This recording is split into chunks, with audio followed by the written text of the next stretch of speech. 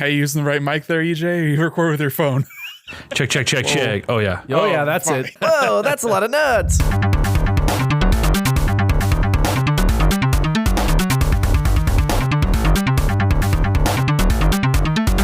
You have no idea what loss is. Console Crusade podcast. If I get a nosebleed in the middle of this, forgive me. I've been bleeding a lot lately. Like a perverted anime sensei. I've been bleeding a lot, but there's been a conspicuous lack of boobies in my life outside of my own. So Booby. boobs. EJ Olson, Nick Durheim is Anyway. Chris Gilly for her. I'm not here. I don't. What Can you imagine like being a podcast host for a living? And I feel like there's always this awkward moment where the host has to turn on host brain, and like everyone who's been like sitting there talking to them for an hour previous to recording is like, yep. Greg Miller turns his fucking personality on, and everyone's just like, oh no. So that's how I feel. Like I try to just get through it. So here we are. That's just how I feel around you most of the time, EJ. So. This is the worst cold open that I've been a part of on this show.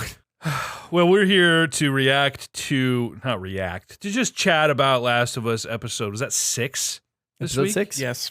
But I figured maybe we didn't need to be a 2-hour podcast, but maybe we spend a couple minutes chatting about what's been happening this week. You know, I have a little something I want to chat with Nick about. Chris, you've been playing a lot of Hades, but you said maybe you didn't want to dive into it this week, so... Maybe, I don't know, maybe it's the time. I just keep feeling like, oh, okay, like when I get the credit roll, then I'll feel like, great, I got a sense of this. But then there's just been like more stuff that I felt like was going to be box checky that absolutely has not been. That's been totally pertinent to like continuance of story and development of characters. And so now I'm like, well, shit, maybe I need to wait until I finish this really specific thing on the faded list of minor prophecies before I really take a bite. But yeah, I'm still playing this game fucking nonstop. I go to bed, I wake up, I do my work. On Monday, Wednesday, I'll teach till 3:00. I fucking play Hades until like 2:30, and then I leave. And then I come home and I finish my run of Hades that I didn't finish before I left. And then I watch some shows with Tiffany. I go to bed, I get up, and I do it again.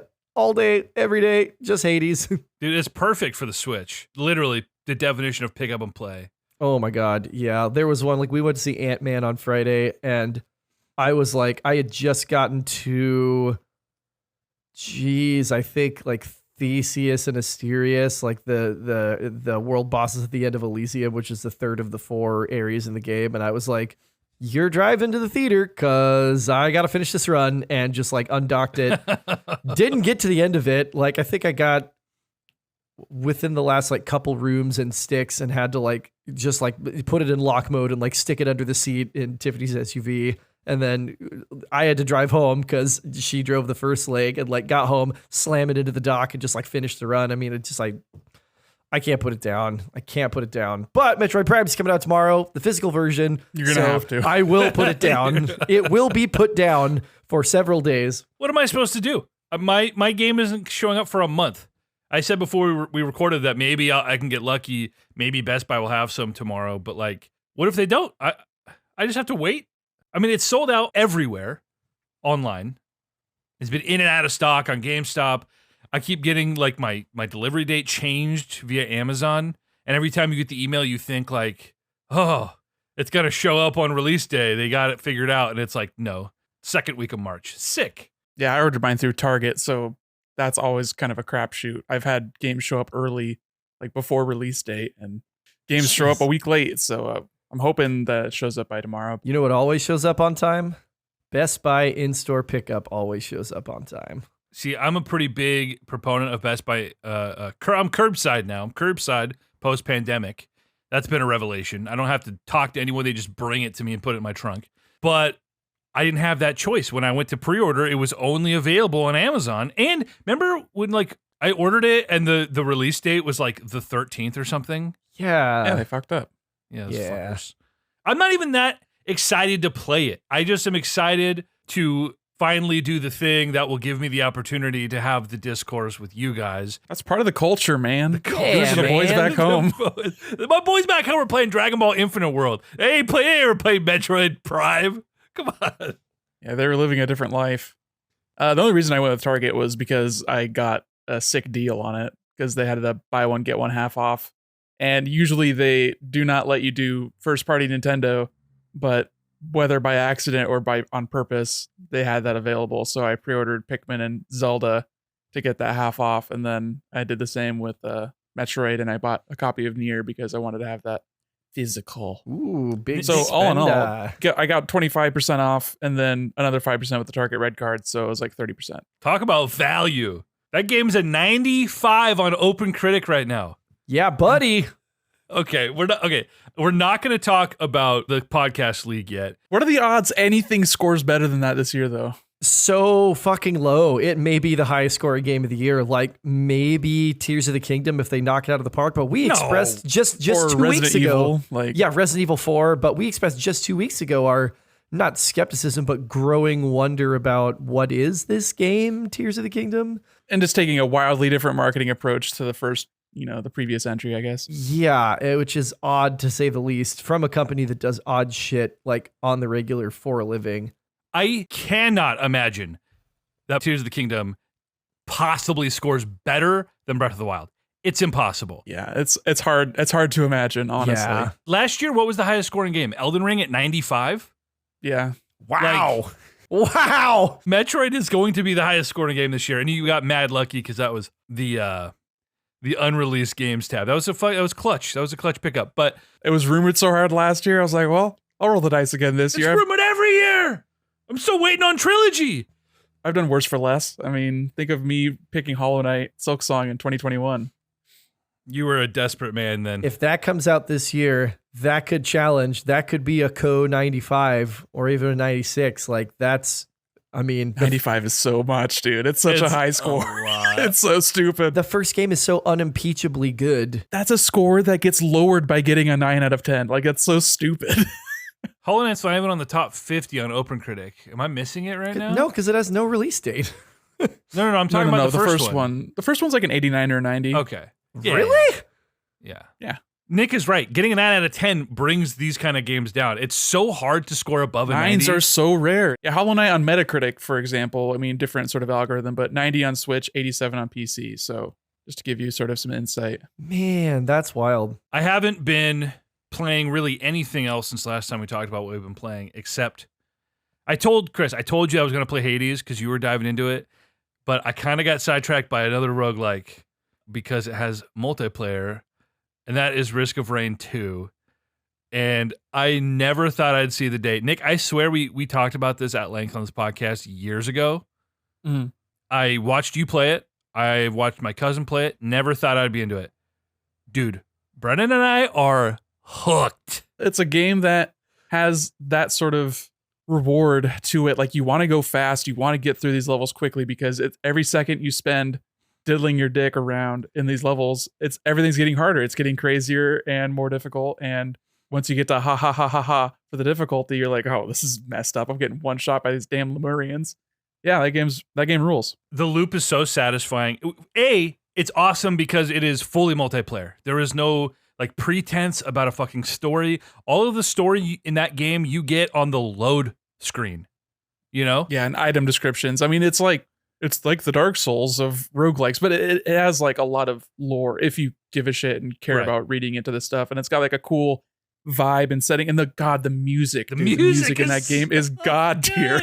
It's just like techno jazz. Techno jazz, but also prog metal. It's like Dude, there are guitar it's Dream solos. Theater. Yes, it's crazy. It's crazy. What? So good. What? It's so good. You're just saying words in random orders. This can't be real. So we picked it because we're looking for games that we can platinum together, right? This is the perfect kind of game for me where like the platinum informs the meaning of my experience, which sounds kind of lame, but I'm like, in a game that is infinitely replayable, okay, you beat it in an hour, then what? You try the next difficulty? Like, how far can you go through that loop? But when I'm grinding 50 trophies that have these like specific challenges, sort of that add to the game experience, and now you're trying to do certain things in your runs to it just like it changes every run what you're doing. All the different characters are just so unique and distinct and interesting to utilize, and knowing what to be going like what to go for as far as items, especially in a multiplayer setting. Like if you're playing, like if you're rolling 3 or 4 deep and you're like, okay, I'm playing engineer, so if anybody finds bustling fungus, I'm going to want that because I can put down my turrets, and my turrets have the same items that I do, so they can just be sitting still and have a healing circle around them. So anytime you're low on health, you just run over by the turret and then suddenly you're being healed. There's so much like cool specific item interactions. This is why we need to get you in on this, because we dove into this game completely blind. It doesn't tell you anything. There's basically one little menu on the first screen that tells you some of the abilities your character does, and then you're just going balls to the wall. And I actually don't know if the difficulty increases based on how many people you have in the game. I'm sure like numbers scale. Yeah, the scaling. But like to me, the most difficult part about co-oping, it's sort of this double-edged sword of like, get your friends in and you're gonna do more damage and like less likely that you wipe a run because you'll respawn when they teleport to the next level. But now you're balancing your builds. Brendan and I haven't gotten to the point yet where we're like, what works well with what character. Exactly. We're just like finding chests and upgrading and reading them and being like, oh, sick. I got 3 times fungus and 2 times glasses that, you know, up your critical chance or whatever. And we don't know what's what. And oh, Brendan has 7 more items than me. Don't open those chests, you motherfucker. Share the wealth, because your survivability helps his survivability later on as well. Right. It's a really cool, I love the multiplayer aspect of it. It's got the same problem that a lot of multiplayer PvE sort of games have, though, especially with the teleportation, like level-based system has, where if you die, you're just sort of sitting there. Like, you're not helping. You are actively lessering your ability to survive in the future as well, because you're not getting those items, and that progression is like key to keeping up with everybody else. So everyone has to like pull you up after them if you die early in a level, and that could be kind of challenging. But honestly, the support for like mods in this game is really tight. Once you want to get into that, there's like custom level like items that people have made, not so much like actual levels.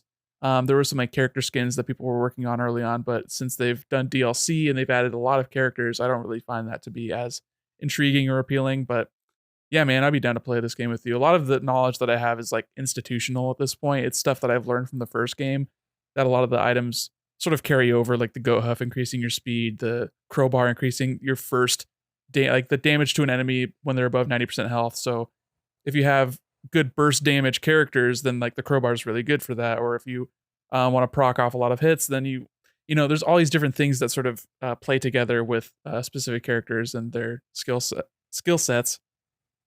And damn, yeah, it is like such a game where you just get zoned in and you're looping over and over and over and over, because you started on easy and you're like, I'm more powerful than God now, so I've been playing this game for 3 hours, and it's endless until you want to try to take on the final boss. Or I think they've added a different final boss, like because I was playing this game when it first came out in early access, so there's like a lot of my time didn't really even have a boss. So it was just like you go to the end and you obliterate, you literally kill yourself at the end of the world. And that was like the only ending, but that's just one of 3 or 4 endings now. So it's just really grown, and it's just like a really cool sort of experience how it's progressed. Dude, we did like 3 hour plus runs today, and you know, like we're kind of checking boxes, right? Hitting these different trophies. How many artifacts have you gotten?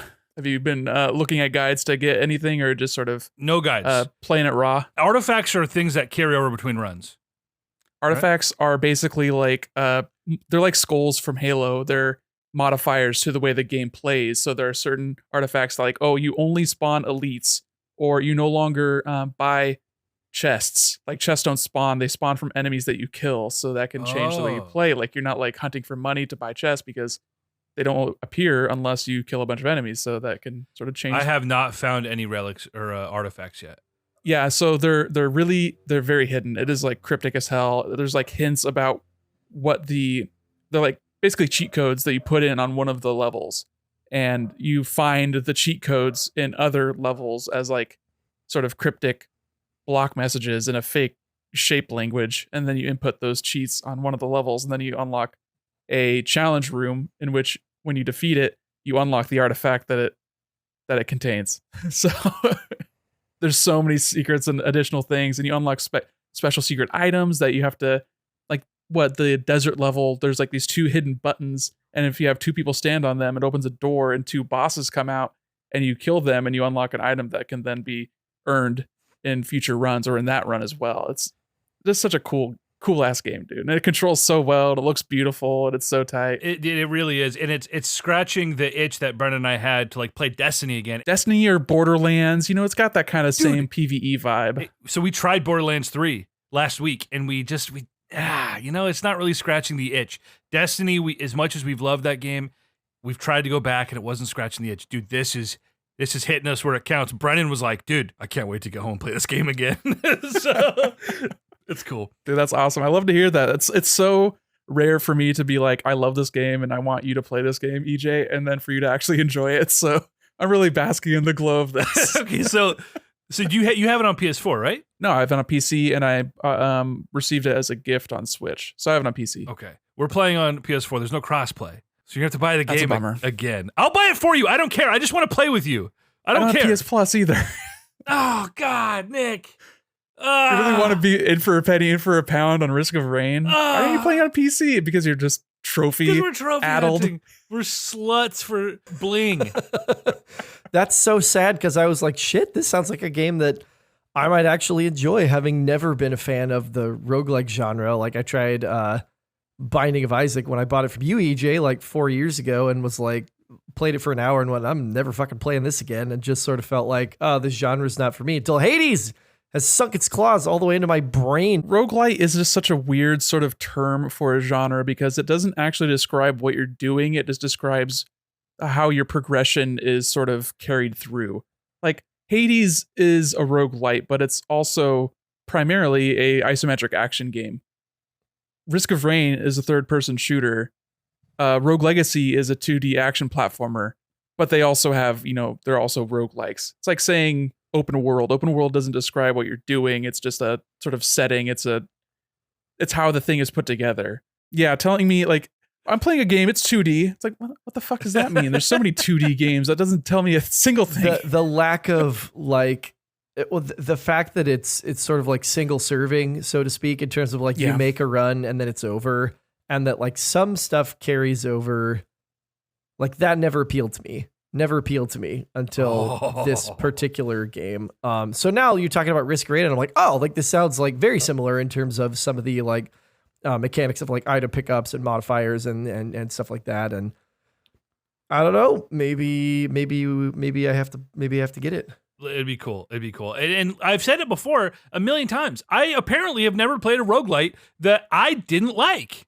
Dead Cells, I fucking love. And Binding of Isaac, I really liked. Rogue Legacy, played the shit out of that game. Like now with Risk of Rain, I feel like there's another one in there. But well, I was gonna say, I bought Hades. I bought it from you. I assumed you played it at some point. No, see, this was during my collector phase where like anytime a limited run game came out that I knew I wanted to play, like I had to get it. Oh no. And backlog it because I'm like, oh, this is going to be an $80, $100 game down the road, but I can get it for 40 right now. So I got to get it. And that always bears out with limited run games. But, the only time that I enjoy Metroidvania elements is in a game like Dead Cells, where I don't feel that pressure of I'm missing something by making a decision right now. In a roguelike, whatever progress I make on this path, I'm going to keep as long as I don't fuck up colossally. And I can explore that other path later. And even though the paths change, the level changes every time, there are still major elements of every level that is always the same. It's located at a different spot, but I'm like, great, I can follow this thread and find that thing later. Whereas in a Metroidvania, I always feel like I'm missing something. And I know it's like, okay, well, I can just go back to it later. But then who knows how far you're backtracking, how far you get down this one path. In some games like Guacamelee, it's really bite-sized. You're never going too far before it makes you go back. But other games, it's like, you can maybe beat the game without ever going down this entire wing of this map. And that stresses me out. Which is why you don't like Hollow Knight. That's the ultimate, you could finish the game without going down Hallway X game. That's so stressful.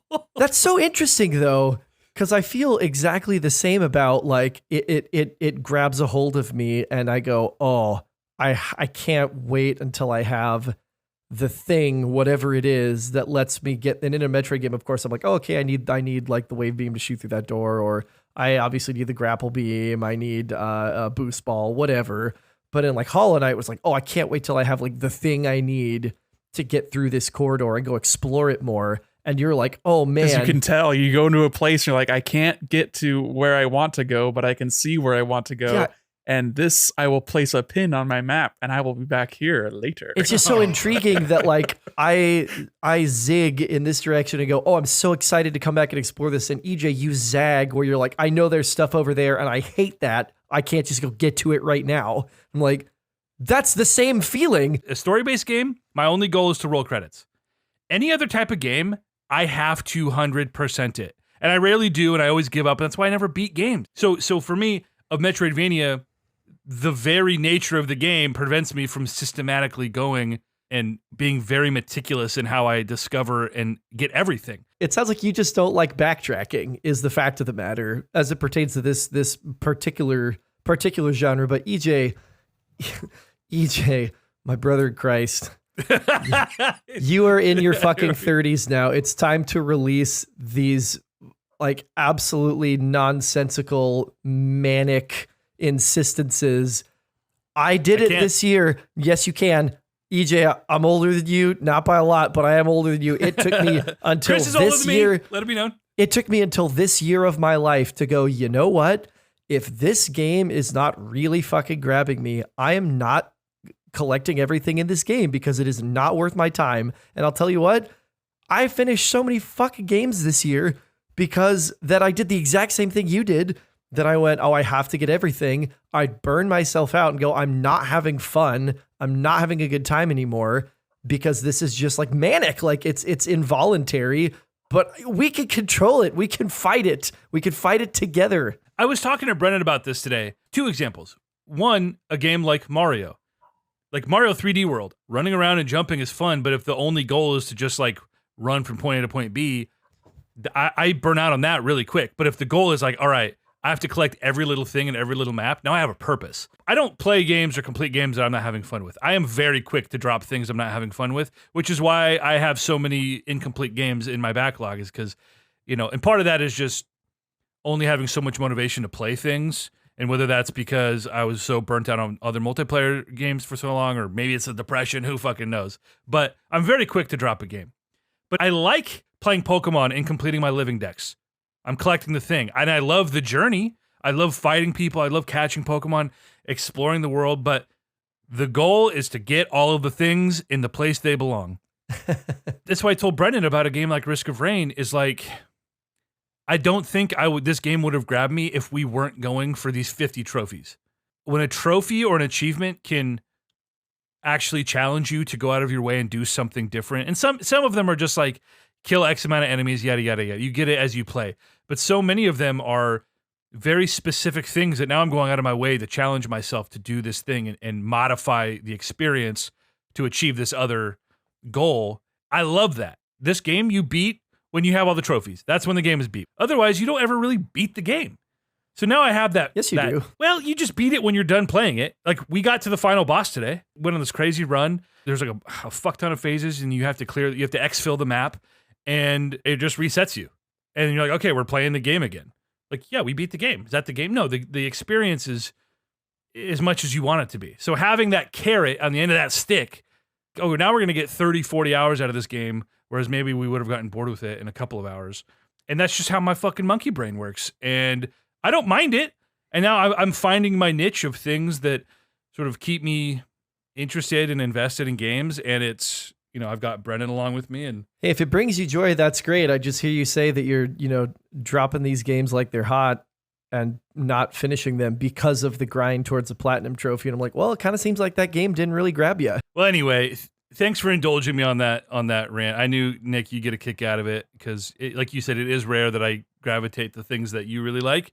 But I know better than to like recommend games that I don't think you're going to be into. But I don't know if I ever actually recommended Risk of Rain to you, but it's hard to tell with the way you sort of get manically attached to certain games. Well, yeah, that is a nice way of putting it. Let's switch over real quick before we do Last of Us. Let's talk about the Whammy League. Chris as the commissioner of the Whammy League. We had talked about this. The three of us, we had joked about the Whammy League when we did our Fantasy Critic draft.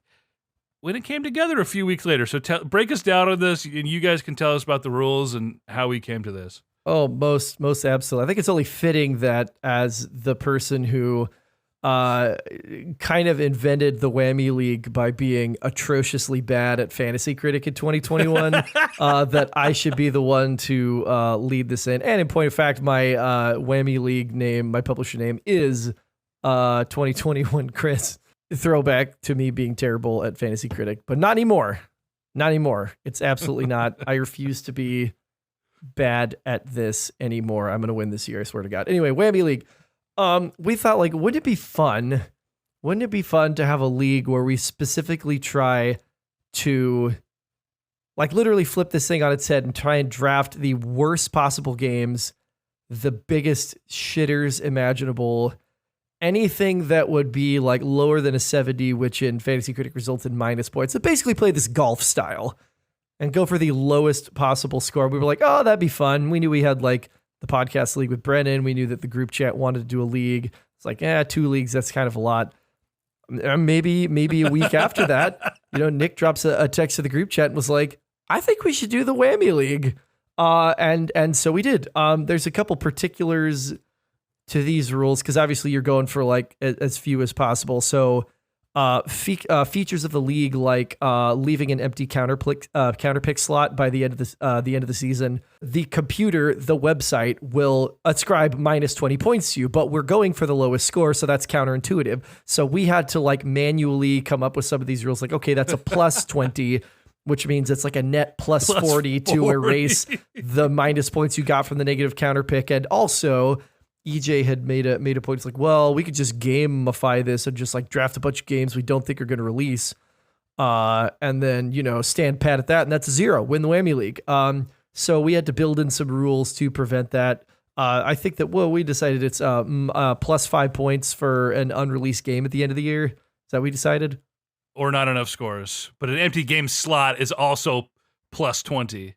Which is tough. I mean, finding a game that you think will get enough reviews to get a score and also will review poorly is a more interesting challenge in many regards than just picking the biggest AAA games, which will inevitably be, pretty good, at least. Absolutely. I don't know if we need to go through like our entire rosters, but just to give you like a flavor of the kind of absolute shit that we've been drafting, things like Payday 3, the Tales of Symphonia remastered on Switch, which is the first Whammy League game that is released and did net me a minus 1 point. I counterpicked that because I was like, this is not going to be as bad as we think. But here's the thing about the Whammy League. As you'll see, there are some things on here that you think, like, we joked about Hello Neighbor VR is going to be the Whammy of the year. Like, it's going to be so bad. Easy Whammy of the year. It's fairly likely. This game really isn't about, like, can we actually draft the games that are going to be the worst? Because, again, you're balancing, will it get enough reviews? So you're really just trying to get things in the 0 to 5 range and hope everybody does worse. Like, it's not really... I would be shocked if we all end up with negative points at the end of this. Yeah, that would be the goal. I don't think it'll happen. It'd be crazy. Because we have some, like, I think we all have some, I would call them stretch picks. Like, I took Lies of P, which that's immediately crazy. Got counterpicked because I'm like, I'm sorry. They're like, oh yeah, the fucking Pinocchio Dark Souls ripoff. I'm like, yeah, this game, nothing about this game has ever seemed like it had the ingredients to be successful. But then we've got, maybe y'all could speak for yourselves on this, but Nick, you're really betting hard on Suicide Squad Kill the Justice League to be a Whammy tier game. Maybe you can speak to your thought process there, because I counterpicked the shit out of that. I'm like, that's like an 80. That's like an easy minus 10 for me on that counterpick, I think. Oh, yeah, it just looks like dog shit, dude. It doesn't look great, but... Marvel's Avengers is a 68. I mean, I think that's a pretty fair like range for what Suicide Squad is going to get. There's a state of play in 2 days. They just announced it. And Suicide Squad Kill the Justice League is the centerpiece of the state of play. Like 15 minutes of that game, 15 minutes of that presentation is just going to be Suicide Squad Kill the Justice League. Don't feel like you do that for games that are probably going to be shitters. Just saying. I'm sure Marvel's Avengers got plenty of marketing pushes, and I'm sure it sold phenomenally well at first.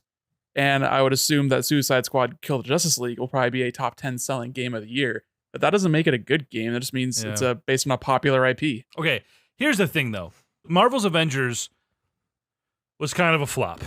But this game is not being marketed as that sort of live... But it is that. That is what the game is. It's a multiplayer shooter. It's got different currencies. It's got different experience points for these characters that you're going to be buying costumes for. That's exactly what this game is. From what I understand about what was leaked, is that the multiplayer elements are the same as the last Batman game, which was a single-player game. So, but we don't know. It's just based on some screenshots that leaked. Crystal Dynamics also made 3 wildly successful Tomb Raider, well, 2.5. I don't know about the third one, but Tomb Raider was in a really great place. So people were excited. Oh, they're doing Avengers. They're great at doing story. They're great at doing third-person action. Oh, if only we could think of a similar sort of comparative studio history to future project correlation here. You know, I mean, this is just sort of like where I'm operating, where it's like, yeah, people were interested in Avengers, and then they showed it, and everyone said, wow, this looks bad. And they're like, well, Crystal Dynamics, they don't make bad games. Well, you know, Rocksteady hasn't made a bad game in 20 years, but they've only made 3 games in 20 years. So who's to say that their 4th one isn't dog shit? Like, I'm just saying, it's not like a sure thing above 70. I don't think it's going to be, 60 or anything like that, but like 68, that seems pretty reasonable. Well, I mean, it's a risk for a reason. Nick, you came in swinging, dick swinging, taking Lord of the Rings Gollum at number 1. Yeah, I mean, if that even comes out this year. That game is going to be so bad. It's not going to be bad as Hello Neighbor VR, but it's going to be real bad. I don't even remember what I drafted because I have dropped all my drops in the first week because I did more research. You had that weird Last of Us fake game that's not coming out. Dude, the saga with The Day Before. Something that was made up, I feel like, the week after you drafted it. Literally. So the night that I drafted this game, that we did our Whammy League, it came out that, and I think I joked about it on the podcast, like the week before that, they were like, yeah, we're after much internal deliberation, we're gonna release gameplay to our fans. And it was, first of all, I was like, what fans? Fucking weirdos. And second of all, the game comes out in a month. Why you're really making a big deal about after much internal debate, the game comes out in a month. Well, anyway, the night that we drafted, the team that's doing The Day Before basically came out and said after the game that day got delisted on Steam, and they first said it was like a glitch, and then they came out and they say, well, actually somebody sniped the trademark on the name The Day Before, and so we have to delay this, and we can't release the gameplay now because lawyers. And people were like, what? And then they delayed it to November. I'm trying to find a timeline of everything because all sorts of shits come out. Like, obviously everyone thinks now that this is just a money laundering scheme. Yeah, or some like way to trick venture capitalists out of their money, which, I'm totally fine with that. That's fair. Sure. Yeah. But it's like, if you're going to trick a bunch of rich dorks out of cash, hire some people who want to make something, Like, you can both scam rich people and also do something. And not even do something, just how other people do it. That requires talent and vision when it's easier to just be an idiot who scams other idiots and then takes that money and fucks off to Las Vegas for like a weekend because you only actually got like $10,000, and that's not a lot of money in the grand scheme of things. Yeah, other than that little bit of drama, I don't really even know what else. I drafted some other stuff that may or may not have been coming out. And then I went through with a fine-tooth comb and was like, all right, we got to pick things only with release dates and only from a studio whose previous games have gotten enough reviews. So I only went through and found games that were releasing on all the platforms from studios that have done things, especially things that have been bad. So a bunch of no-name crap that who knows, and I kind of went for, like, for example, I took Story of Seasons. It's a port. Yeah, it's like a HD remake. Sure. If that gets a 76, it's like, dude, 6 points is not the end of the world. No. If anybody gets above an 80, then it's a failure on their part. Like, if Suicide Squad gets above an 80, that's like the only one that even has like a possibility of scoring well. Amnesia? And even that is like not likely. Amnesia has not had a good expansion, like maybe ever. I think that I This is a think new that game, right? outside of no, it's I mean, yeah, but okay, like an Amnesia game after Dark Descent or whatever the first one was, has never I thought scored. Machine for Pigs scored well. Machine for Pigs may have scored well, but since then, and that was still like relatively close to the release of it. That was a long time ago. They've too. all been bad. That was a 72 from 2013.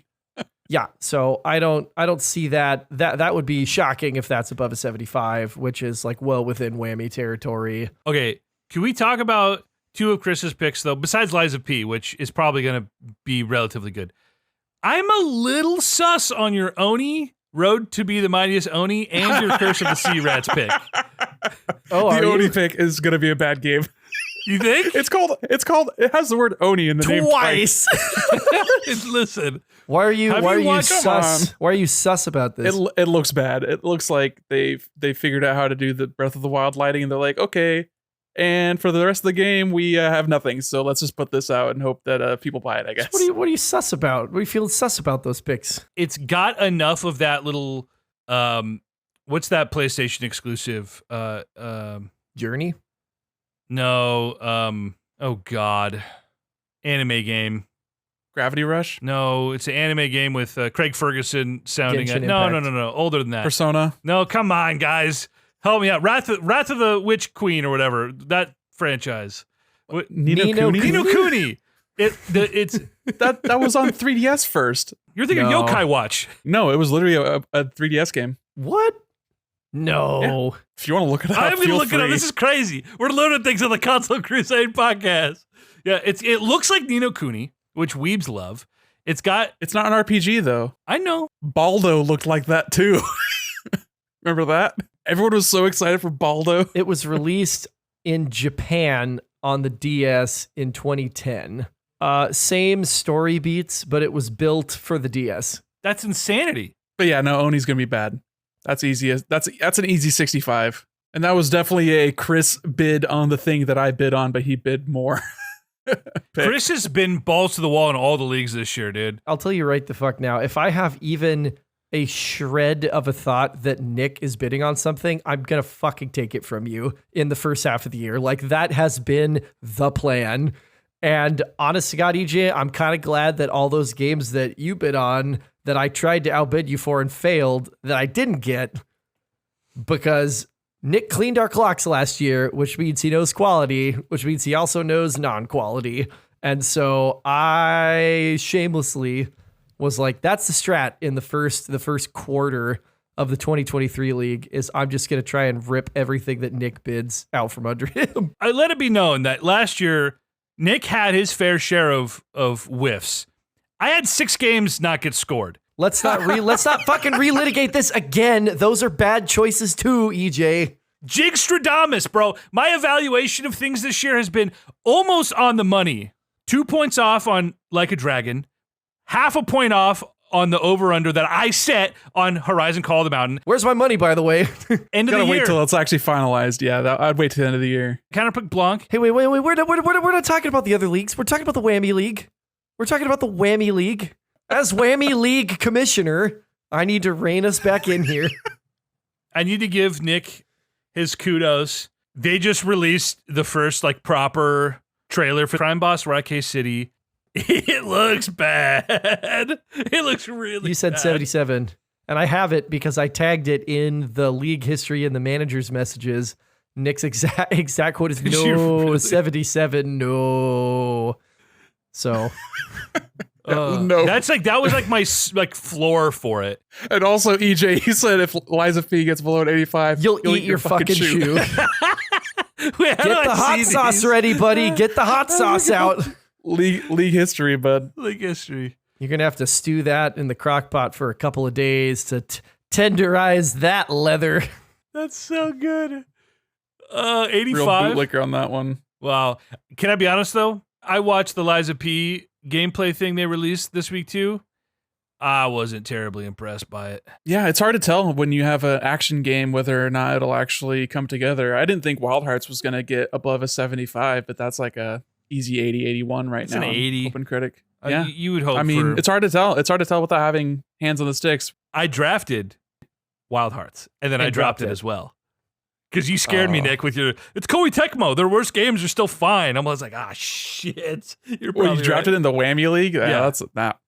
That would have been a big failure. Somebody tried to counterpick it that first week, but thankfully drops go through before counterpick. So I was able to get rid of it. I probably tried to. Also me. Definitely tried to counterpick that. That's great. Anyway, so that's the Whammy League. We're trying to out shit each other. It's not even worth going through the games we've drafted because No, it's not. no one's ever heard of any of these games. Yeah, who gives a fuck? Like we don't need to talk about Party Animals, Blood Bowl 3. Blood Bowl is actually once upon a time a franchise that people like. There's a reason there was a third game, but the last one was awful. So I felt pretty good picking that. Europe can't be trusted. Yeah. Oh, But yeah, man. it's something that by the end of the year will be very fun to look back on. But as it stands right now, not very interesting to talk about beyond just the interplay and us bickering about it. It's great. It's a fun time. The activity in all three leagues through 7 weeks has been great. Every week there's stuff happening. It's been a huge first quarter. I mean, there's been so many games coming out and like of quality and notability. So it's hard not to have a very, I mean, dude, February, we've got like 10 games released in February. It's stupid. Yeah. Wild. Most active I've been in league through like almost 2 months in 3 years. So you're out of your money already in 2 of the 3 leagues, and it's not even March yet. So I'm not out of my money, and also I feel good about the stuff I've picked up. I don't see anything that I'm like I'm going to need to drop this. It's going to be something that ends up like really pulling a full 180 that like looks pretty good. Nick, you were speaking to like some of the unpredictability until you have hands on sticks. But that's why we have super drops. One super drop, but And anything you super drop, it's not like you refunded the money that you spent. So you got to save some to fill any slots. I mean, you don't want to have a pepper grinder delayed into 2024 and then be like, well, it's October now and there's nothing left coming out. yeah, no, Yeah. I mean, I have some. I guess think, I'll pick up Sports Story. Stop. What's the worst thing that could happen? Oh. The trauma. The lowest money I have in any league, I think, is the Whammy League. I think I have like $17 left in the Whammy League. But you have what, 2 slots to fill, so you're probably fine. And you have what, $20 in the other league? Oh no. 44. You have 44 No, left I've in got the league. I've All got right, decent all right, money. I got decent money. All right. I'm not It's repeating. almost half, and you've only got 5 slots to fill. Exactly. If I can average 1 point per dollar spent, I'll win the league. I think that would bear out in Nick's data. If you, I don't know if you have a column for like dollars bid to points earned, but that Yes, would be a I good. do. You do great. And what did you average points per dollar spent last year? So like last year we averaged the sum total, like our entire average was less than 1 point per dollar. I don't know about individual. Yeah, yours is what I want to I know. haven't got that calculated. Because you ran a train on us, and that's the data. Well, I scored the most points from pickups, just raw. I mean, I had over 100 points from pickups, and EJ had 37 points for pickups, and he had 26, and I had 111. So like, it was pickups that won that. Yeah, exactly. From the league. It's so dollars bad. dollars to points, man. Dollars to points. I'm telling you. That's why I'm like, you know what? I'm not spending any more money on anything than I think it could potentially earn me. Anyway, I could go on, but we'll do a league checkup with Brennan at a later date. Yeah, let's jump to Last of Us. I got to pull up my notes. I just did them on my phone this time. It's only 1 page. Nice. Top level thoughts. What do you guys think? I thought that this was some of the most meaty acting work that we've got to see in a show that has already had like some pretty damn meaty acting work. I think that we're starting to get some of the like payoffs and emotional beats of the growth of our 2 principal characters, especially, but also some good turns from some of our reoccurring characters like Tommy.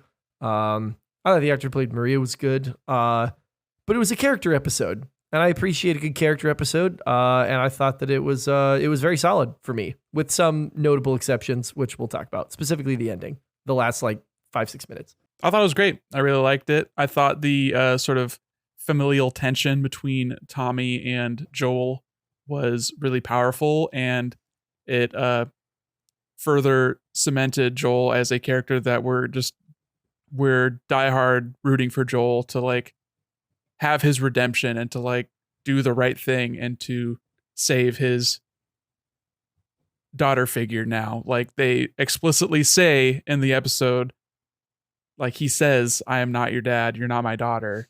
But that is completely betrayed by the choice that he gives her later in the episode. And it's like, not even like that's like the next scene. That is the next scene, is him taking back what he said, basically reneging on that sort of that promise. Overall, I texted Chris this. I thought it was a kind of a milquetoast episode. It had the good character moments, but I thought those were sort of maybe not undercut. I think those moments stand on their own, but to me, there was some poorly written dialogue.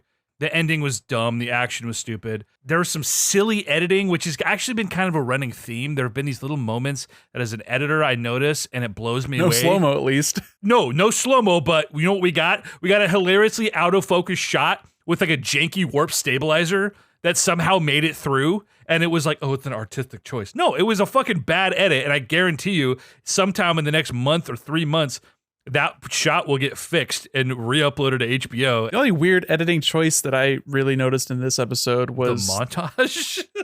Well, it was Joel having the fade in and out recollection of his daughter, So which I thought was bad. I didn't like the actual like gradient fade, you know, like the fade to black, fade up into the crossfades into fucking the crossfades. It was a little cheese it's ball. hokey. It's college level work. And this is something I said before. This is such a minute detail to get hung up on, but when they flashed back to Sarah being killed in the first episode as he's killing the military officer, those are amateur choices. You don't need to beat the audience over the head. I understand that Joel is having these moments where he's questioning himself as a man, he's questioning himself as a father, now put back in this position as a father figure. You do not need to fucking do the like telenovela montage scene where you're seeing all of these cuts of his daughter. You don't need that. The character stuff stands on its own, and I acknowledge that. I just wish that my reaction to anything in this episode was like more than like, yep, they're doing this, or anger. You know, and that's, again, a testament to just how good the show has been. And this is also my top brain gets in the way of things. Where I'm like, I should just be able to enjoy the things that are done well, but it frustrates me that they can do so much so well, top tier filmmaking, and then all these little things slip through the crack. Why do you have to sacrifice these other little things in order to do these things well? And television, you know, budget and even those are $10 million episodes, time, you know, so you can't be too hypercritical of that. But there is a lot about this episode I want to talk about later that just really rubbed me the wrong way. But I love that they're humanizing Joel in a way the game did not. 100%. 100%. He is this like sentinel of I'll kill you, fuck everybody. And honestly, like when part 2 came out and it got like memed into oblivion of like, you know, the 2 corgis meme of like the giant buff, like corgi that's like, I'm Joel, and if you look at me wrong, I'll fucking kill you. Don't touch me. Don't talk to me. And then like little bitty sad corgi to Jack is like, hey, I'm Joel. This is my brother Tommy. Here's my gate password. This is smart. These are smart choices from showrunners who know that a second season is coming, who know that they need to help him get there in a way that makes more sense than it's a sequel. Time has passed. Just accept it. I think that's great. I think that it's going to make a much easier bridge to part 2. That's going to make a lot more sense for people than the tonal shift of Joel part 1, Joel part 2 in the games. Something I really appreciated, just to sort of piggyback off of that, just totally reminding me, is showing Joel be a vulnerable person is something you don't really get a lot of from like these like archetypal stoic characters. It's like, oh yeah, he's got a lot going on under there, but like they never show it. Like that's the thing, is that's so often the way you portray a masculine character in media is like, oh, he's just so brooding and like he's complicated, but like, no, Joel fucking breaks down in this episode. And I really appreciate that. Like, it shows him not being weak, but being open. And that's especially hard because of the way he just lied to his brother earlier in the episode about Tess and about what he was doing, because he wants to put on this like tough exterior. He wants to be the big brother. He wants to, you know, maintain that position of power over what he considers to be the guy he's looking out for. He came to save Tommy, and Tommy's doing fine. He doesn't need to be saved. And where does that leave Joel? Now he's taking care of this daughter figure that he is struggling to come to terms with. Like, yes, I do have this feeling of protectiveness over this person, and I do not want to fail them because I've already failed before, and it's the worst thing I've ever done in my entire life. And I've murdered people, but that was not nearly as bad as failing the one I loved. Ooh, man, when he breaks down with Tommy and Pedro Pascal is just Great goated. fucking scene. He's the man. Great fucking scene. So let's start at the beginning, because I have a question. I have a lot of questions, actually, that I'm hoping one of you can answer about Tommy specifically. But right at the beginning, we time skip 3 months. It's winter. Great choice. They could have ended the last episode with a time skip, and it would not have been as good. Not at all. I will say, the thing about the time skip that bothered me, and I wonder if you guys noticed this, was the buildup of Ellie and Joel's relationship has felt really natural. Yeah. And they've had to condense things that you get in a game over a course of hours that you can only get over the course of tens of minutes in the show. They've done that pacing really well. What I don't love with the 3-month time skip is their relationship feels much more father-daughter now, much more whimsical. It feels like we miss a lot of development. And when they're around the campfire and they're talking, and there's a cute moment where she's like, give me some of the whiskey, which is implied that he's shared with her before, but he's like, no, fuck off or whatever. And there's just this interplay with them that I don't think we left these characters in this spot. And I know it's like, sure, we could do a whole nother episode where it's just the two of them and, nothing else. So I get you have to move things along, especially after wasting 2 episodes with Kathleen and that whole arc. But I felt a little like, okay, we kind of jumped over a few steps here. Yeah, I think I get that a little bit, but mostly it's like if they had done just that as like, okay, this is the baseline, this is where they've gotten to now. But they kind of play it both ways where they still have those digressions where Joel treats her like he doesn't want her to get closer to him. And it's like, we're past that, dude. Like, maybe that's just sort of them saying this is Joel's character. And even if he is like developing this sort of relationship with Ellie, that he's still like actively fighting against it. And you're supposed to see it from her perspective. Like, come on, dude, like we're cool now. We're cool. Right. But the thing that sort of Lindsay asked, and I was like, yeah, I guess they kind of just played it fast and loose with that. It's like they've been on the road for 3 months and he hasn't shown her how to hunt. And yeah, we get that payoff at the end of the episode, and like you get that sort of bonding experience then, but that was after that was a tension reliever at that point. But it sort of smacks of like trying to have it both ways, having this sort of buddy palling around moment, and then also he still doesn't trust her to take watch. Like, it's kind of weird they're trying to play it both ways at that point. It does speak to Joel's, on one hand, his need to control.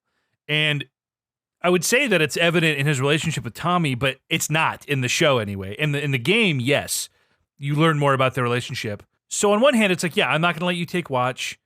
I'm not going to let you shoot my rifle. I'm going to take care of you because that's how this dynamic works. You play your role, I play mine. And it's just Joel being controlling, which is what he does.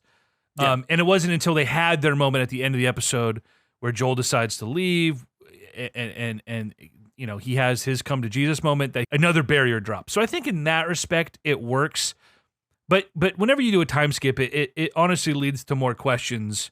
Yeah. We open on them as father and daughter, and we didn't leave them there. Yeah, I wouldn't say we open on them as father and daughter by any stretch. I did have pause, EJ, when we were like 3 months later. I went, oh yeah, we kind of have to, because they're literally fucking walking to Wyoming from Kansas City. That's a hell of a fucking walk. So I'm like, okay, a time skip is inevitable.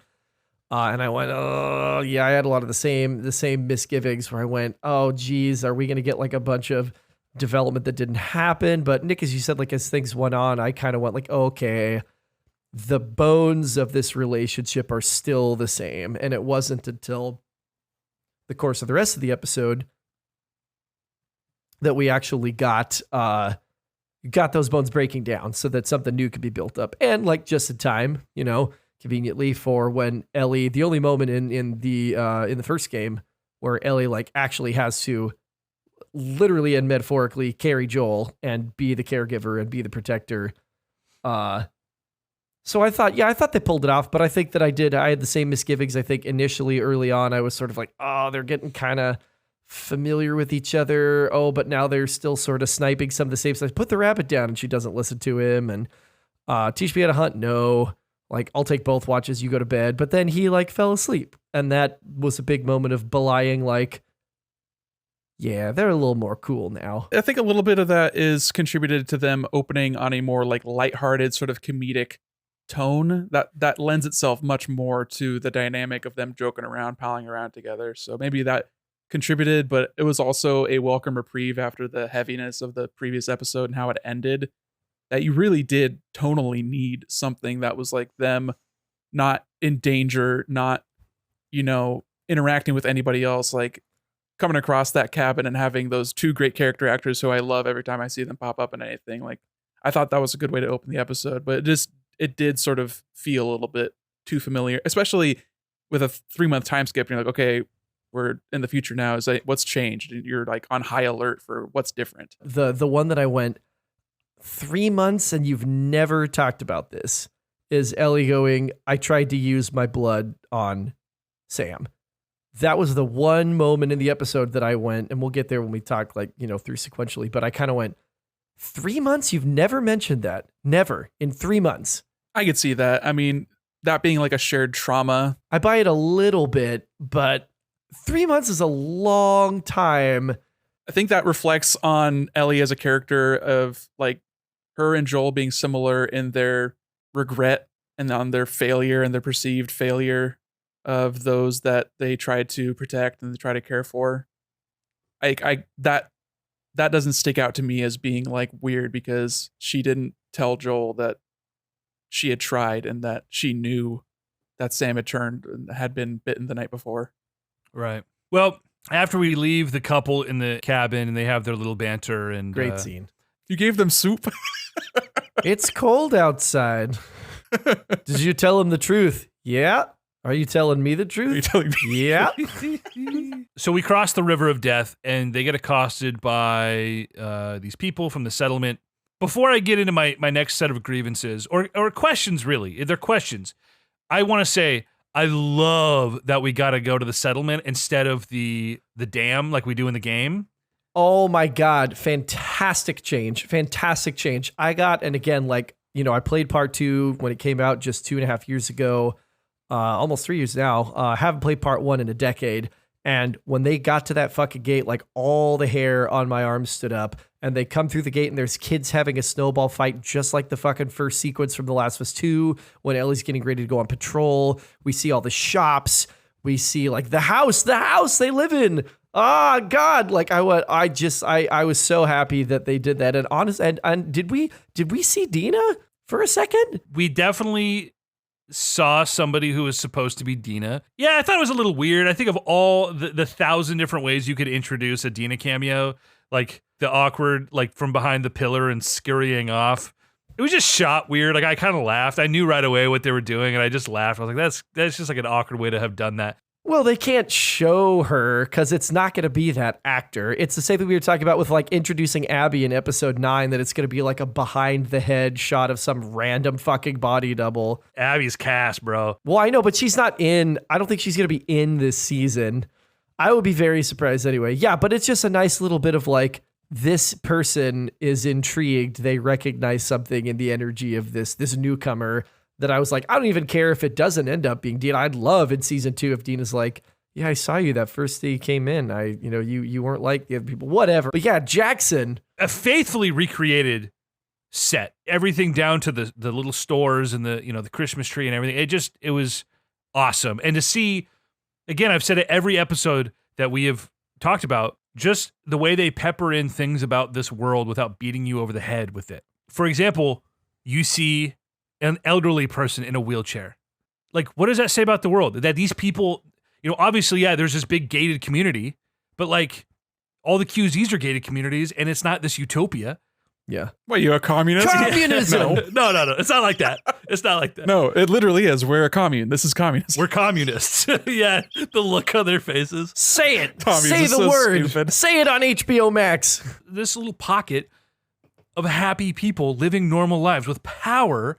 They can take care of the young and the old. They have, medical facilities and even a jail. But, even they said they not that we need it. And sheep. Yo, goats, as Ellie put it. Yeah, it's just great how we learn about, and there are like little things like the shot of them taping the boots up and just little things that, they're not important to what's happening, necessarily, but they linger on these moments. Yeah, but they are things that happen. They're real things that happen that they don't have to get out the foam mallet and hit us over the head with.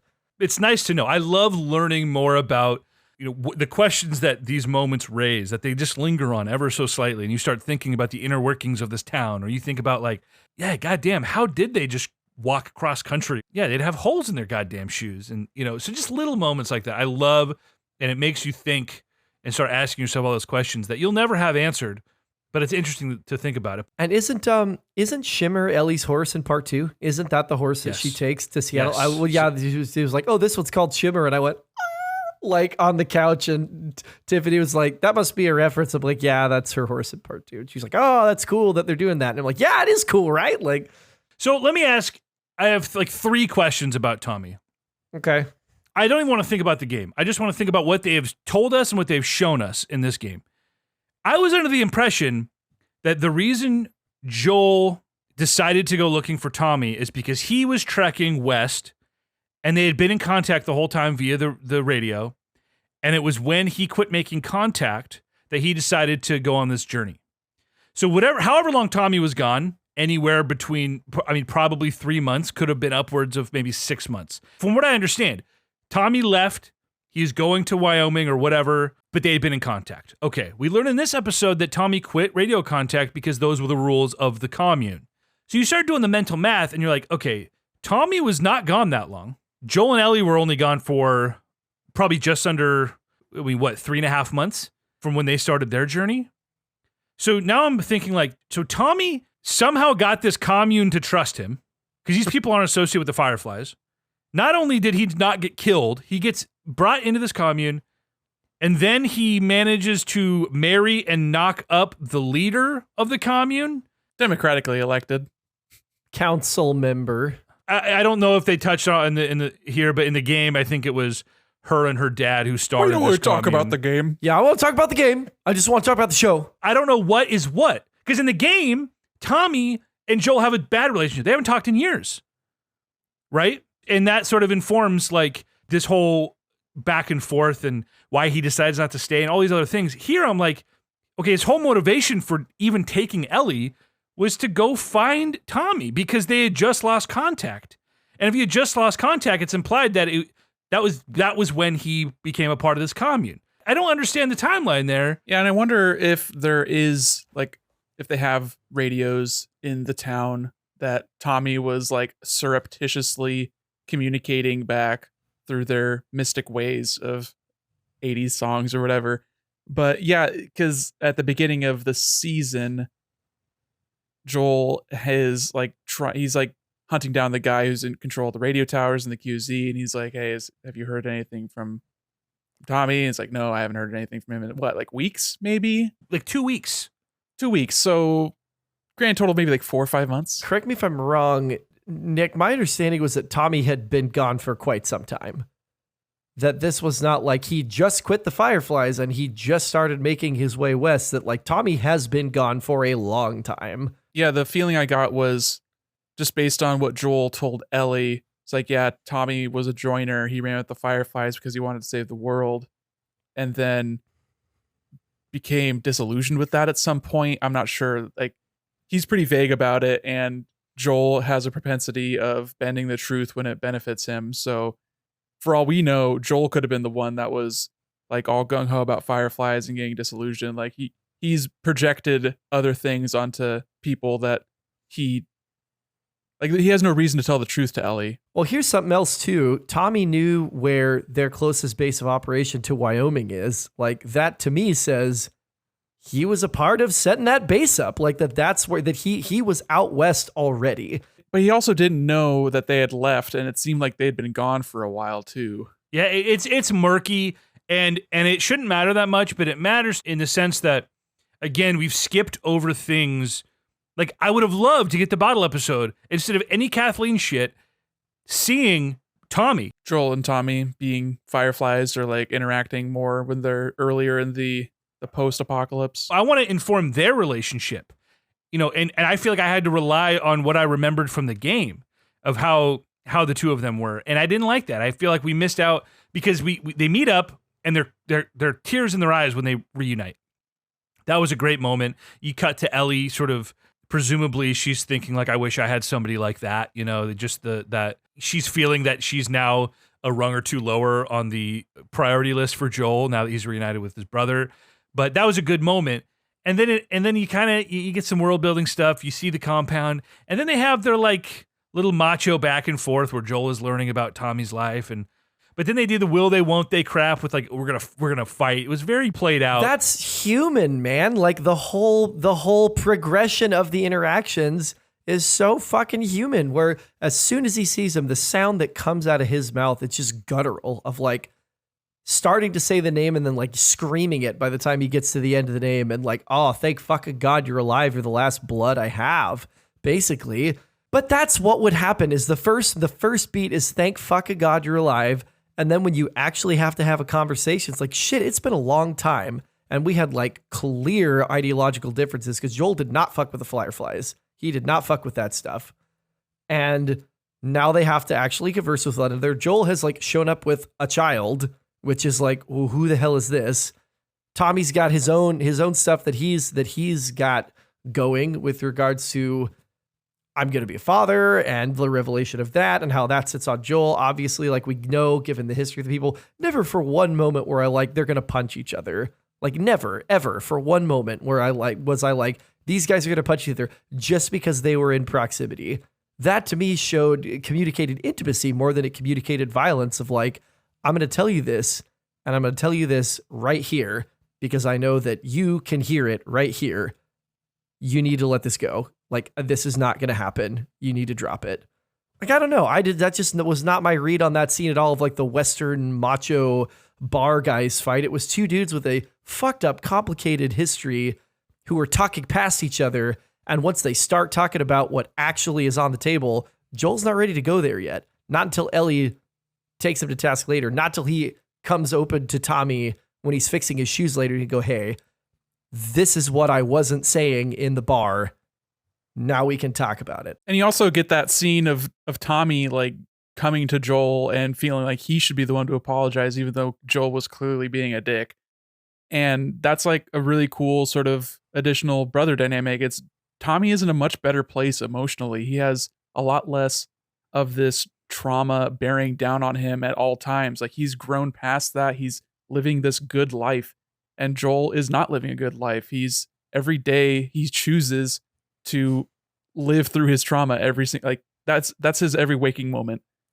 And Joel needs fucking therapy. Oh, totally. And Tommy is doing a lot better. And Tommy comes and apologizes like that should have been Joel, but Joel would never do that. And Tommy also knows that. So he gave the olive branch, he extended that, and Joel opened up to him. And that was like a really great sort of brotherly moment. And I don't know, it worked for me. I didn't feel like it was like the really cheesy machismo chest beating kind of moment. Like it was high drama, obviously, but it was earned and I felt like it was valid. I think the beats of those interactions make sense. The two issues I have with it is that one, I was assuming things about their relationship based on Joel's motivation for the entire show so far. Tommy was his motivation. Yeah, and once you get there, you see Tommy working in this commune, thriving, and Joel is robbed of another thing to be fighting for. He doesn't have to save his brother. He's rightfully upset that he was cut off. When we're in the bar after the happy reunion, and you think like, all right, we're gonna catch up now, and he lies about Tess, and then they sit down, and you get Joel's like, yeah, we'll see about that when he's told that he's gonna be a father, and then we get like, the close up of Tommy being like, yeah, well, you gotta let your dead daughter go, asshole. It bothered me, but when you get to the scene where Joel breaks down and Tommy very reluctantly agrees to take Ellie the next day to where they think the Fireflies are. That's a great moment for Joel. We're giving him more as a character than the game ever could have. And like Chris, you said, we're building up to a season 2 and 3 in a way that will make way more sense than the game and hopefully fix a lot of the wrongs. We get a scene that's pretty 1-for-1 in the game. Ellie taking Joel to task. Yeah, and just the finally saying Sarah's name and going like, I'm not her. And I think you need to get a grip on that, which really touched a fucking nerve. Where he's like, yeah, you sure as hell are not. Can we talk about the scene between Maria and Ellie that preceded this? This is where Ellie learns Joel had a daughter. You know, they walk into the home and they have the chalkboard with Maria's baby boy who died at 3 years old, right after the outbreak. And you have Sarah's birthday and death date. And Ellie says, oh, I'm sorry you lost your children. And she said, just the one. The other one is Joel's. And, she has that moment. Long shot just on Bella Ramsey, letting that wash over her and going, whoa. Right. That explains a lot about the guy. completely recontextualizes the entire nature of the last 3.5 months that they've shared together. Great beat for her. Right. Fucking fantastic, discovery. I really like Maria when they shared a tender moment where at first it's very reluctant, right? Ellie's just like, no, you're not going to cut my hair. I don't want to fucking talk to you. And she learns about the kids. And there's a little back and forth here that at first you think okay, it's going to be a little on the nose, little one note. But I kind of liked how she's like, do you even know who Joel is? And Ellie's like, do you even know who Tommy is? And then instead of it sort of being the standoff, she's like, yeah. I have a much better grasp of this than you do, and it didn't become combative. Ellie was like, "Oh shit," right. But also the fact that that Ellie's like, I don't trust you, I don't trust him, completely. Well, she trusts Joel, but no, maybe she's just like, no, I don't. But anyway, that she's mistrustful naturally, and Maria's like, good. That's why you're not dead, basically. Yeah, you can't be betrayed by people you don't trust. Yeah. Or however she phrases yeah. it. Yeah. Yeah. Then we have Ellie rips into Joel, and Joel storms out. And now, obviously, now we know after the scene with Tommy, we know where Joel is at. And we forgot to mention that he was having not panic attacks, but panic-induced moments, right? Yeah. He was maybe having an arrhythmia or a breathing trouble or pain, whatever. But it was clearly messaged as. Actually, I don't want to say clearly messaged as panic or anxiety, because at first I honestly thought to you that they were going to set up Joel having some heart issue in lieu of the fucking rebar. I thought the same thing. I was like, no. I was like, they can't. That is so grossly ham-fisted. I would have been like, are you fucking kidding me? And to do it the episode that it would have happened, yeah, I thought the same fucking thing, man. Same thing. I'm glad it wasn't. I loved that touch. Well, that pays off really nicely later when he goes outside and he sees the back of the woman's head. He doesn't think it's Sarah. He's reminded of Sarah, and he's having this PTSD moment, and he's seeing this woman who looks like his daughter, and he kind of snaps out of it when her own daughter runs over to her. He sort of snaps out of it, but I like that. That's the kind of imagery I like when we're trying to hammer home something thematically. To me, doing the montage where we're dipping in and out, why do we need to do that? That moment where he sees Sarah and he doesn't mutter, Sarah? That would have been too much. He sees her. We know what Joel is thinking because we see her too. That's just subtle enough. Let me ask you a question. Would you have felt similarly if they had spared us the flashback images of Sarah's death in the episode where he, which I think was the pilot, the episode where he kills, no, it was the second episode, the episode where he kills the cop? Because I kind of feel like if they hadn't have already given us that, I would have bought 2/3 of the way through the season, Joel reflecting on Sarah openly for the first time and getting to see that in his mind's eye. But having done it twice, I kind of share your sentiments a little that it's a little more on the nose than I think it had to be, especially given that moment that you just mentioned that's so beautiful and nonverbal. I think it would have been more jarring, I think, if that was introduced in this episode. It's oh, now he's suddenly having daughter flashbacks. That would have been weird. I think it's integral to establish that as his character from the word go. In this post-apocalypse, that is his one regret. That is his trauma, his flaw. To undercut the tension in the first episode with the flashback to her standing there with the gun pointed at her, that was too much. That was bad. And in this episode, the montage, again, we had the dream sequence. We had, not the sequence, but the moment where he's waking up from the dream. We have the moment where he's looking out and he sees this woman who looks like Sarah. Though that's enough. I would have felt the same way about it either way. Like, you guys are nailing all these other things. Why are we sacrificing these other moments or adding these other moments in to, like, you know, really kick us in the teeth about it? Like, we get it. Okay. Your viewers are largely informed and intelligent. Like, we understand subtlety. We understand. Largely.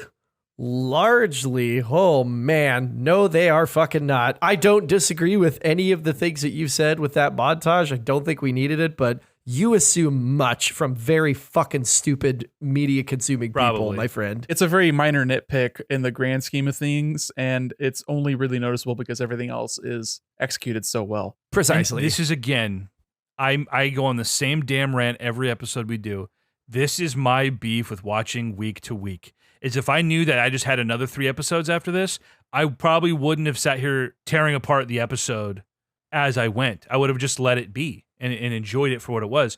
Do you think it was a little bit rushed that Joel was at the horse sort of stable and had the horse packed up and was like, hold on, let me just completely undercut the previous scene by giving you a choice now? Did that sort of smack you as weird? Because that was like, yeah, we just had this big moment, but then it's like if a character dies in a movie and then they're resurrected like the next scene. It's like, okay, then what was the point of them like having that confrontation the day before? Like, is he really just gonna go through with this when he had this big traumatic opening up to Tommy and like begging him to do this for him? Like, it just kind of came across a little rushed. Like, it seemed like this was an episode that had a lot edited out. Yeah. You know, I think they've gotten the pacing of beat to beat right. I disagree with some of their creative choices and the story threads that they've decided to, you know, unravel. But the pacing episode to episode has felt really good. And this being another lull the way episode 3 was, and quite necessary after the trauma of the Henry and Sam plot.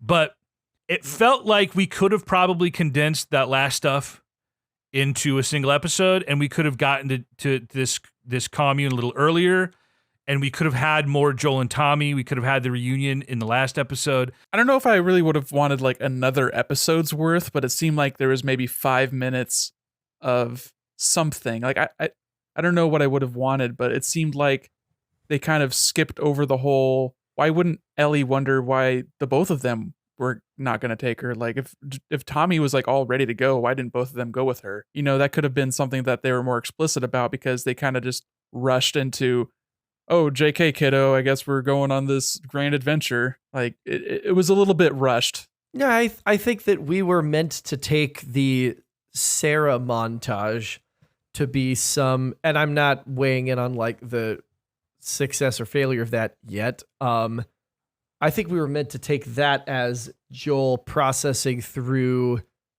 why am I responding this way? I need to come to grips with this, et cetera, et cetera. I think we would have been better served by that being done differently. I don't love, just as a me thing, and this is my like director and educator brain with young people, is like, I don't want my students to tell me what they would have done because they didn't do it, so I don't give a shit. I just want them to like respond to the thing that they saw.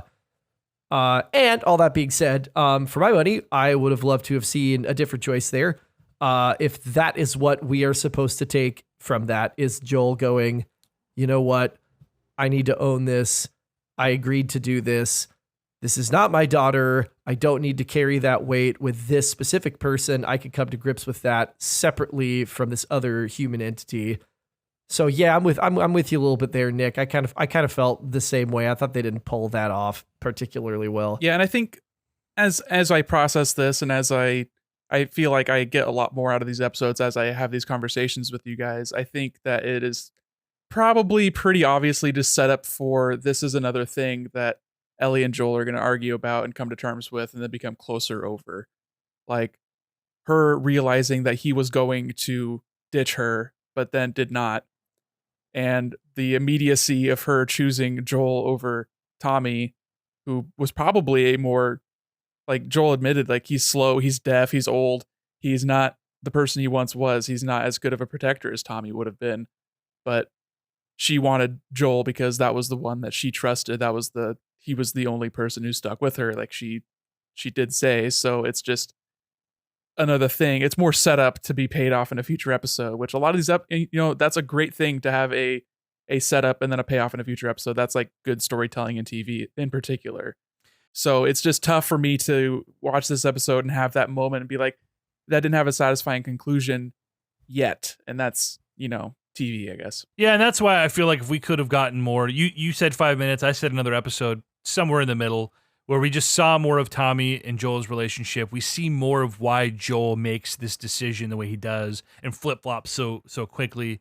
And answer explicitly, like, why wouldn't we just do this together as brothers? Because he's got a kid. He only reluctantly agreed to do it because Joel begged him with tears in eyes. Like, he doesn't want to fucking do it. And you don't need two. Like, two dudes are not going to save her from, like, a horde of infected more than one dude is. But what was Joel going to do while Tommy was off gallivanting with Ellie? Was he just going to stay there and, like, play shuffleboard down at the rec house? No, he was stealing a horse. He was going to go back to Boston or wherever, presumably. It seems like he is telling them that he was going to do this thing and then changed his mind in the morning. Like, that was something that he slept on and was like, I really should give Ellie this choice. And that's a hard thing, I think, for a visual medium like film or television to establish, besides him just flat out saying it. But I wasn't, I guess, satisfied enough by the crossfade dream sequence of him thinking about his daughter the night before as the primary sort of motivation. So I think that failure from the night before leads itself into a weak sort of conclusion of him changing his mind and saying, I am willing to risk being a failure because I do care about this person. And like having that realization was shown, but just not in a good way. So maybe that is maybe my gripe in totality then. Chris, you said that something you tell your students is like, don't tell me what you would have done, but I'm going to tell you what I would have done. Do you remember that moment of the game where Tommy he says, hey, I went back home. I saw it by the house. It had been raided, but I found this picture of you and Sarah. And Joel says, I don't fucking want it because he's walled off emotionally. Why couldn't we have had that moment in this episode? And instead of the fucking cringy flashback scene, we just get a slow pan as he's pondering. We don't even see the photo. It's just Joel. Let's see these micro emotions going across Pedro Pascal's face as he's processing this. And he either throws it away or he leaves it in a book and leaves the house and he doesn't take the picture with him. That would have done the same thing, but so much more powerfully while also being an Easter egg for a moment in the game. So anyway, there are those moments that you think like, you guys have really hit so much of this out of the park. You want to keep batting 1,000, That's fair. Yeah, that's fair. Anyway, we said this was going to be a 2-hour podcast. Let's talk about this last scene. They get to the university where the Fireflies are supposed to be. They see some monkeys. They see the Firefly symbol on the sign pointing them to the science building. They go. It's abandoned. Okay, so we get the moment in the game. This is like a proper standoff with these people. They're sort of hiding and trying to make their way out of the university. I don't mind that they condensed it here. Like, it makes sense. Like, we don't need a big set piece at the end of the episode. Wait, you didn't want another Kathleen hold up at the university, some other band of Ravagers for the backstory for another episode? Right. We get Nolan North as like the fucking commando of this university squad. Like, wait, shouldn't he be eating people? What's he doing here? But don't worry, his brother died and it was really sad. Let's talk about that some. Right. We're gonna flash back to their childhood better. Talk about thunderstorms. Yeah. So okay, what's the problem that you guys have with this ending? I don't know. EJ, I feel like you always have to be the negative guy, and I want to be the negative Chris, guy. nag away. I will nag the shit out of this. Okay, so this is obviously a major moment from the game. It's supposed to be shocking. It's supposed to be something where we question for the first time, how is this gonna work without Joel being like healthy and able-bodied? And in the game, you cannot believe, like, when he falls from the scaffolding, you're like, wait, what? That's like one of the like biggest memories, other than like the final shot of the game and like getting out of the lab, that I have of this. It was like 2:30 in the morning. My ex-wife is asleep on the couch. She's been watching me play the whole game. Both of them, all my roommates that summer did watch me play this game to completion. And so Daphne's asleep. I'm playing Last of Us. Like, Joel lands on the rebar or the like piece of like broken metal or whatever. And then he falls off the horse and Ellie's going, Joel. And it's just like wham, like smash cut to title card, winter or whatever. And then We come up on the winter scene, and here comes Ellie with the bow all by herself, and out loud, like literally at the top of my lungs, involuntarily, I just go, "What the fuck?" And Daphne wakes up on the couch. She goes, what happened? What happened? Was like dead asleep and just involuntary like shout of holy shit. So it's a major what the fuck moment. It's a major how are we getting out of this moment. And we got one dude grappling with Joel, and then we cut away and Joel just got stabbed in the side and apparently has no awareness of it. And then Joel, our hardened survivalist and smuggler, and I'm so glad you pointed this out, EJ, takes the fucking thing out of his side, which you would never, ever, ever do if you had an ounce of sense when it comes to that kind of wound. You'd never remove it because then you're going to fucking bleed out. And the reason why it worked in the game is because it was a fixed object that he's like, I'm either going to get stuck on this and die, or I'm going to pull it out and hope that I don't fucking die. Those are my choices. So I was like, this made absolutely no fucking sense to me. I love that we got a moment of like Joel had to kill again. He doesn't feel great about it. There's a long shot on him and Ellie looking at each other. But then I'm just like, he just took this like baseball bat handle shiv in this like 3-second encounter with this guy. It was just like you said, Nick, that was there more of this encounter we just didn't see and they cut it for time? Like, I don't get it. Like it's a weak change to me. From a blocking standpoint, from an editing standpoint, like we didn't see enough of the struggle. Just, again, blocking where they're at in the scene. The fact that this guy was able to basically get right up on Joel without Ellie seeing, that took me out of the world. I was like, okay, it was sort of Kathleen jumping out from side stage and like, ha! Like it was almost like that. I'm like, wait, they would have fucking known where this guy was. Like that just was silly. And then here's my beef. Okay, if you're gonna change it to the, from the rebar spike, I disagree with that because that moment where he's falling and you're like, whoa, no, they can't throw him out of a 2-3-story building. They can't do that. He can't die. And you see him get impaled and you're just literally fucking speechless, shocked. So to remove that moment, it's a little frustrating. But you have the struggle. The guy's hands, he breaks the bat. You see the pieces fly away. His hands are up here the whole time around his neck as he's trying to not suffocate. I understand. The idea was that he had this in his hand and he stabs him. But his hands are here the whole time. So then you just think to yourself, wait, did this fucking shiv splinter off of the tree and jettison its way into Joel's stomach? You got to get us the hand swing. You got to give us a sound cue. You have to give us a grunt. You don't have to show us the injury, but you got to set up the reveal. You can't just be like, surprise, this toothpick flew off the tree and hit me. And so it was just bad editing, bad blocking in that sense. And yeah, exactly what you said, Chris. Joel would know better than to take that out. And so from that aspect, and I think on the podcast, they were like, why would he know better? He made a decision in shock. Come on. He's 56 years old. He's been living in this apocalyptic wasteland for 20 years. He's not pulling that out of his stomach. And I guess they don't show it. They could have done it, but they don't patch him up at all. They just put him on the horse. And it felt rushed. It felt lazy. And was a really goofy way to end what was like a fine episode with good moments. It didn't ruin the episode for me, but that's where Chris, when I texted you and I was like, my least favorite episode so far. And I don't know if I still feel that way. I rewatch all these episodes and you let things settle and you think about things a lot and things change. But yeah, that was just a rough way to go. Yeah, for me, this is like my second or third favorite. Like it's kind of a toss-up between this one and the previous episode as far as impact, just because of those character moments and the character building and that Joel breaking down. Like that was just so powerful and like effective that I don't fault it for any of its other sort of missteps. I do agree it was weird that they chose to have this encounter outside when they were just inside. If it was inside, you can get away with a lot more like shaky cam, what's happening, you're trying to follow the action, you're being ambushed, it's very, sudden, and it's just sort of like things are happening really quickly.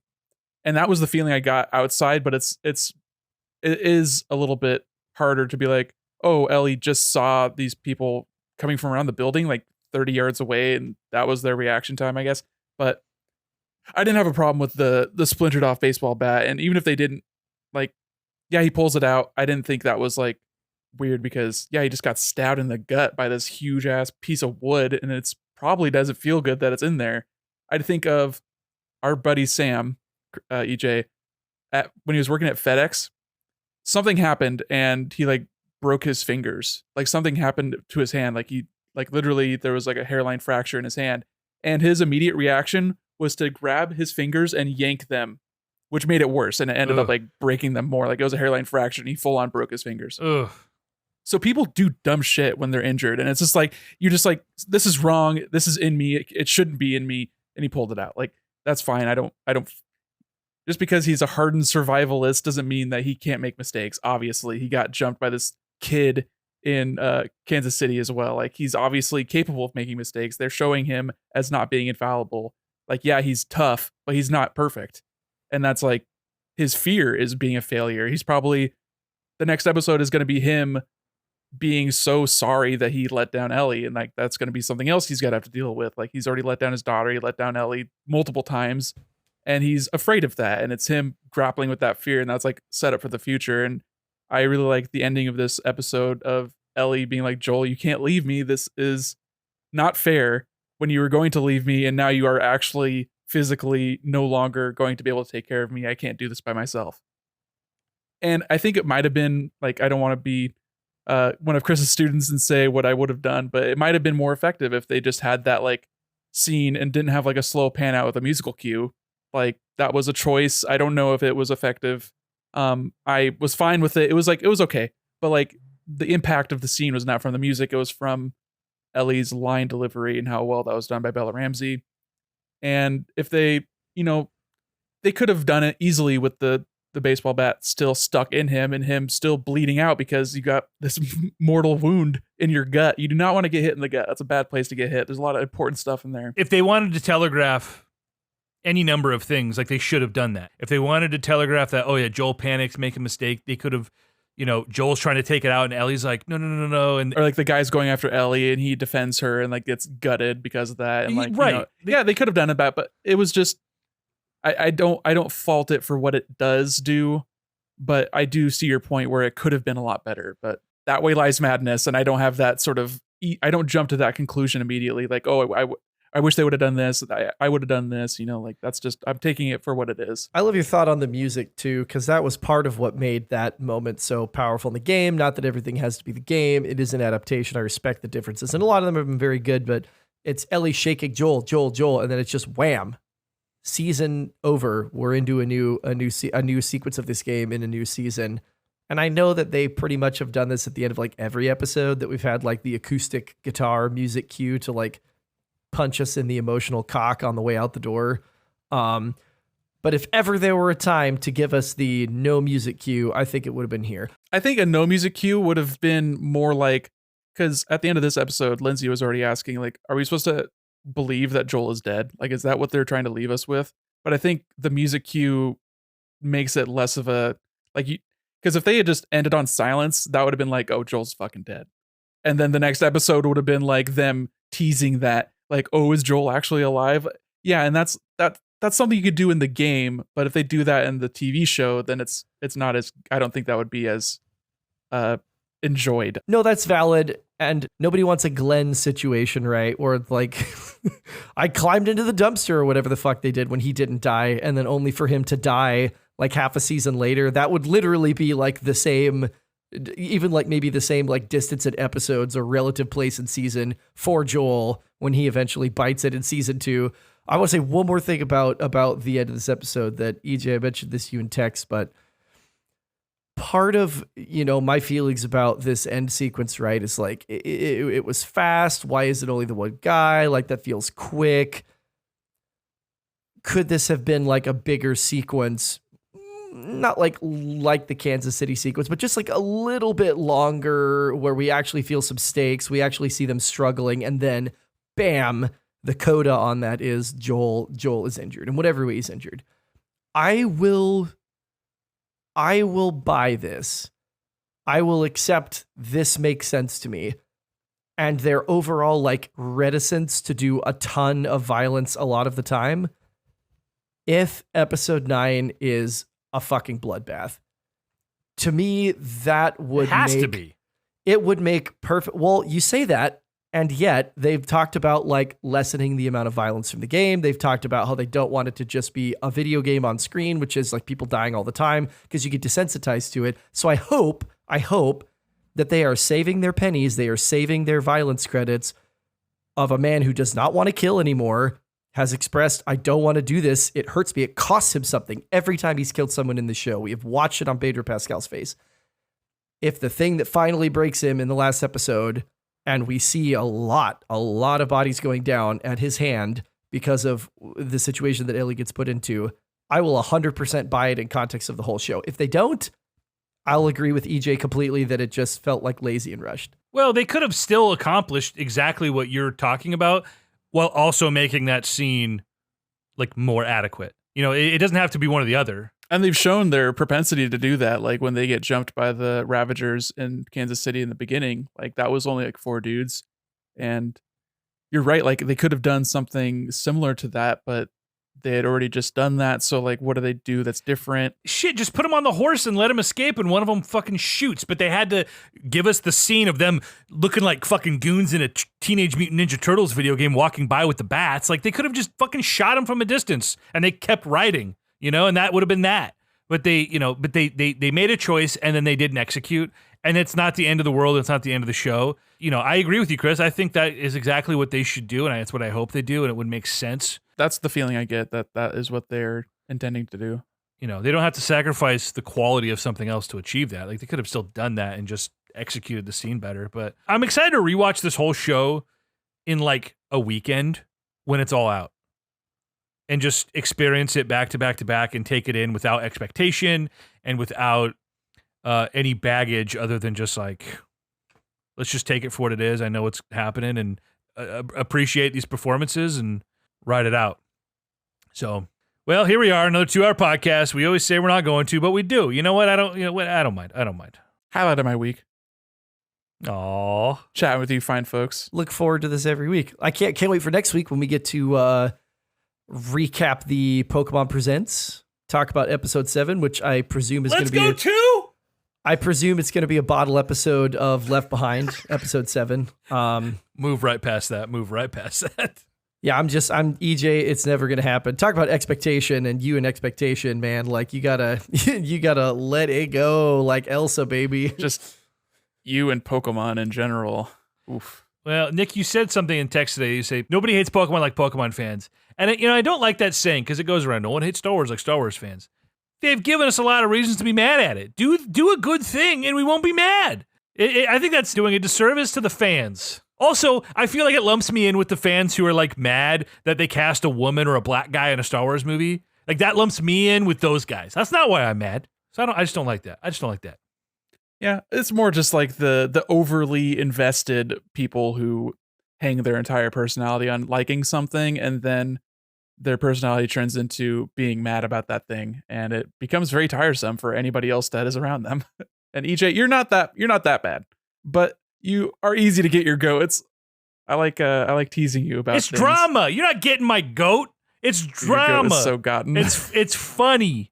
I own your goat rent free. Console Crusade podcast. My goat is got.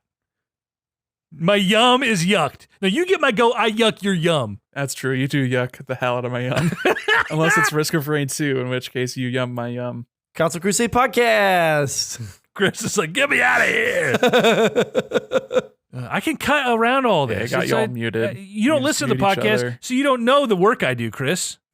You don't understand. I'm still talking. Oh, he's still talking. Listen, you don't understand. I didn't hear a damn word of that. What I do. Sorry. I'm just going to keep talking. With Maybe this you'll have to podcast. edit more things out. Okay. It's my podcast. I'll talk about things I want to talk about. I'm EJ Olsen.